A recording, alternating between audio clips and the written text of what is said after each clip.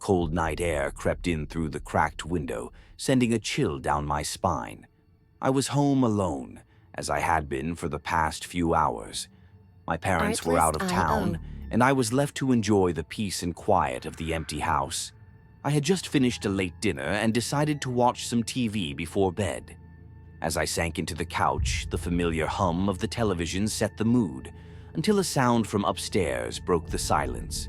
It started as a faint thud, barely audible, but it was enough to make my heart skip a beat. I turned the volume down, straining my ears. Another thud, this time louder. It seemed to come from the attic. I told myself it was nothing, just the house settling, but my instincts screamed otherwise. I tried to ignore it, pushing the thought to the back of my mind. But then I heard it again, this time followed by a low, drawn-out creak. It sounded like footsteps. Someone was up there, moving around. Panic set in. I stood up, trembling, unsure of what to do. I grabbed my phone, my hands shaking as I dialed my parents' number. No answer. Of course, they were out of reach.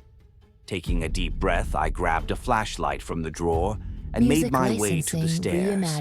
The wooden steps groaned under my weight as I ascended, each step echoing through the empty house. As I reached the top, the door to the attic stood before me, closed tight.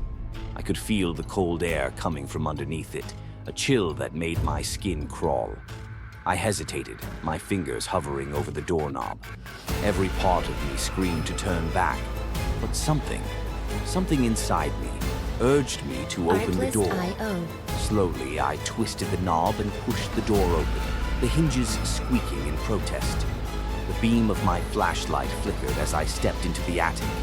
At first, I saw nothing but boxes and old furniture covered in dusty sheets. But then my flashlight caught something unusual, a large cracked mirror leaning against the far wall. As I moved closer, I noticed something strange. The reflection in the mirror was wrong. It didn't match what I saw in the room. The shadows seemed deeper, darker, and there was something else in the reflection, something standing in the corner. I spun around, heart pounding. There was nothing there. I turned back to the mirror and whatever I had seen was gone.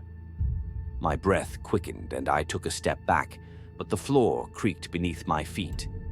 The noise came again, louder this time, as if someone was coming down the stairs.